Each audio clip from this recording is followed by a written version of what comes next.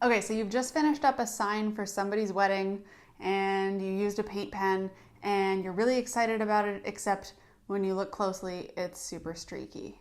And no matter what you try to do to fix it, it just keeps getting worse. No need to panic.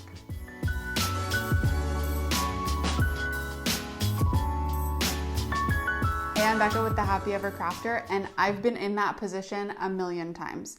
And if you're there and this is happening to you, then you know better than anyone. No matter what you do, every time you try to go over it for a second time to make it less streaky, it just chips off and drives you crazy and it ends up looking worse.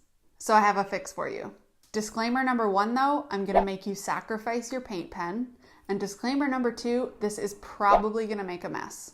As long as you're okay with both of those things, I can show you how to fix it.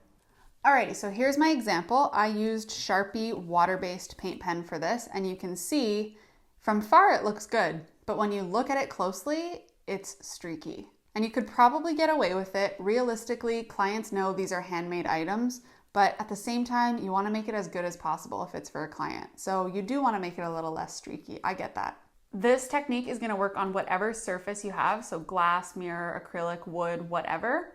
And so what you're gonna do is you're gonna grab an X-Acto knife and your paint pen, a paintbrush, a small one, but you can use whatever size makes sense for whatever project you're doing. So if you have writing that's really big, a bigger brush would make more sense, but I think this is an appropriate size for that size of lettering. And then also a palette or something that you can kind of spill on. I will also say you're probably gonna want some paper towel. All right, so like I said, you're gonna sacrifice your paint pen, but it's for the good of the signage, trust me. So I'm sure you can guess where this was going, but you're gonna cut open your paint pen.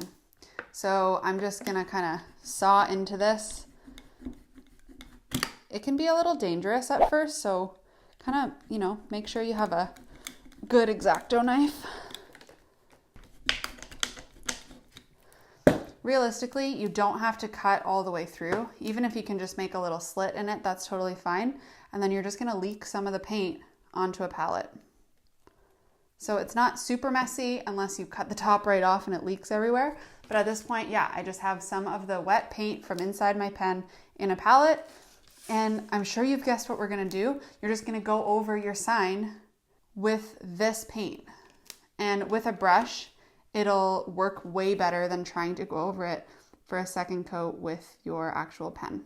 Using a brush is definitely a more delicate process, so you just want to take your time a little bit more with this and make sure that the brush is always nice and saturated. It never gets dried off. And you're just gonna touch up every single part of this lettering. And voila, no more streaks. So with this, just keep in mind that when it's wet, it's gonna take a lot longer to dry because it's a much thicker coat than it was with your paint pen. But long story short, that's how you can get rid of your streaks. And before anyone comes into the comments asking these 2 questions, let me address them. Number 1, people who say, couldn't you just use a brush in the first place? Wouldn't that be a lot easier?